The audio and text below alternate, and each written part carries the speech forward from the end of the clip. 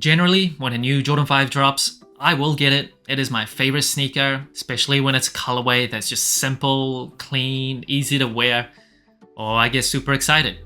But that doesn't mean it always lives up to my expectations. Air Jordan 5 SE sale.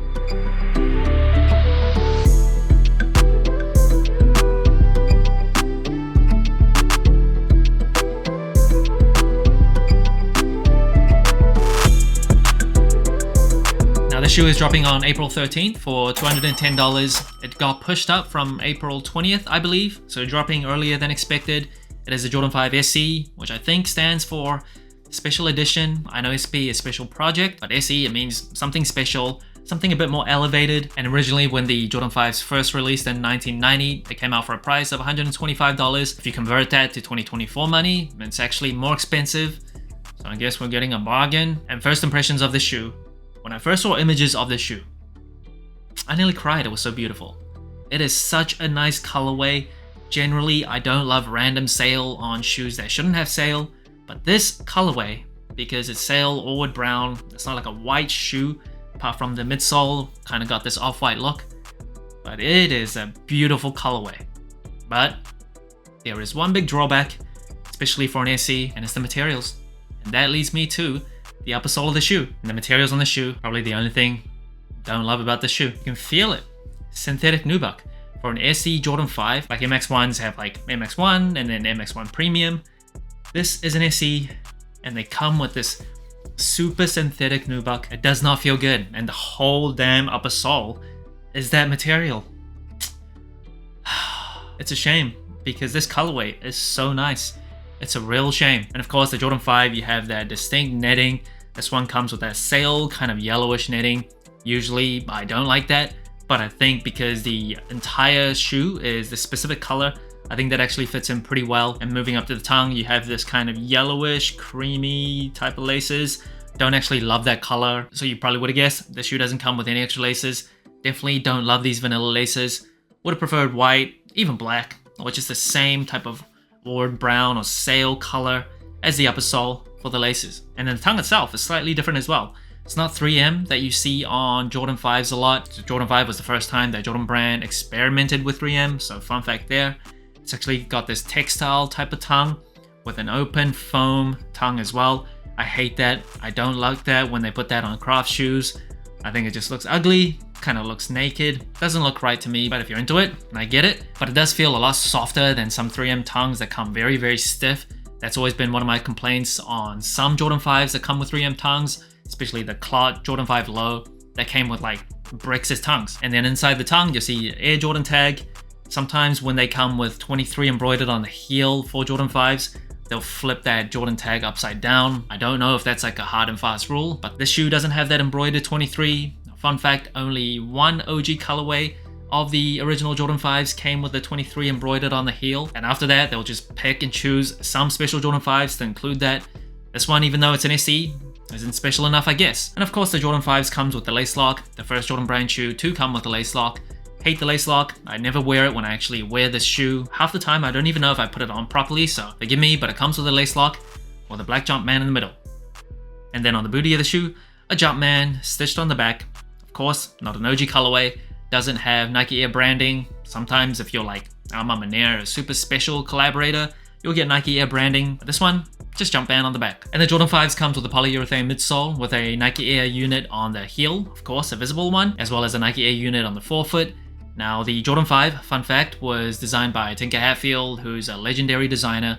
He was inspired by a fighter jet, a Mustang fighter jet, I believe it was called, which was meant to look and resemble a shark. So you see this very aggressive shape of the Jordan 5 with this shark teeth over here. That's why I love the Jordan 5s. The shape, just how aggressive it is. I just love how it looks. And the black on this midsole, absolutely beautiful. It's got that kind of Oreo look to it with white splatter all over. Sometimes the shark teeth comes with a plain flat color and it just looks really, really, really good. And of course the translucent outsole kind of got this yellowish hue to it. And I don't love that. It kind of looks like pee, but I get it with the rest of the colors on this shoe. Kind of fits. And the Jordan 5 was actually the first Jordan brand shoe to experiment with icy outsoles as well. Created a very beautiful and very good trend. And you see herringbone traction.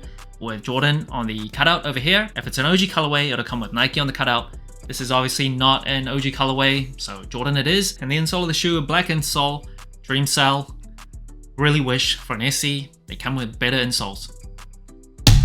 Come on. Box of the shoe, it is a pretty normal Jordan 5 Flight Club box. And if you didn't know, the Jordan Flight Club was a membership program back in the early 90s. It only lasted a few years, but you could essentially sign up, you get a physical card, you get like a signed photo and t-shirt from Michael Jordan, a bunch of different other things. They ended that program pretty quickly, but the Flight Club lives on. Now in terms of sizing and comfort, I am a size 9.5 true to size. I do have wide feet. The Jordan 5s are, I think, the most comfortable Jordan brand shoes, at least from 1 to 14. It just fits my feet perfectly. The padding inside is just the right amount. The width of the shoe itself, the silhouette, it's just the right amount for my big fat wide feet, and it's just so comfortable. It's a pretty heavy shoe, like pretty bulky, so if you're into like very light shoes that you see on modern day shoes, this one's probably not for you, but for me, I don't really mind the weight. It just feels really nice. The tech specs is pretty old, polyurethane midsole, not as heavy and clunky as like a rubber cup sole, 2 Nike Air units, so it's not like the most advanced, but for like casual everyday use, definitely does the job. And in terms of the padding around the ankles, yeah, very sufficient. You feel very well protected. The tongue is not like a super stiff 3M tongue, so that's actually very soft and bouncy, doesn't dig into your ankles, even though I hate that foam exposed tongue. But in general, the Jordan 5s, not just my favorite in terms of the shape and look of the shoe, but also in terms of comfort. And that brings the total sole score of the Air Jordan 5 SE Sail to 31 out of 40. Now first, it is colorway. Like I mentioned before, I don't like when they stick sail on shoes for absolutely no reason when it shouldn't have sail. But this shoe, it's designed to look a specific way, and I think it works really well. It really reminds me of like Craft Orwood Brown Jordan 5 that I have and I really like as well. It's just a very clean colorway with no random extra colors to throw you off. The official colors, I believe, are Sail, Orwood Brown, and Black.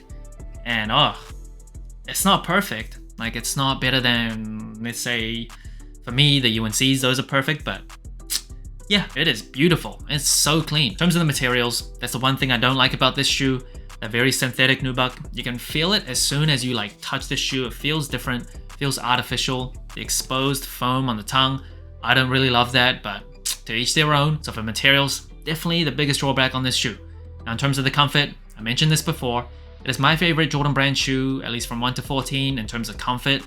Just super comfortable for my big fat wide feet. Comfort's one of those things that's pretty subjective because everyone's foot shape is different, but I think I can confidently say most people will find the Jordan 5s very comfortable. In terms of versatility of the shoe, the Jordan 5s are still a pretty, I guess, retro or bulky looking shoe, so it's not for everybody, but I still think it's very wearable. It's got that casual or mainstream appeal where you can pull it off just wearing it around, and the colorway of the shoe just fits with so many different things because of how neutral and subdued it is. Nothing super loud and bold. Black, obviously, a very standard color. Or shade, technically. I'm not like a fashionista or anything. I can't pull off super outrageous colorways, but this one, can't really go wrong. So that's it. Thanks for watching. Sole Inclined. Like, subscribe, comment, all the good stuff. And remember, tomorrow may never come, so wear your shoes.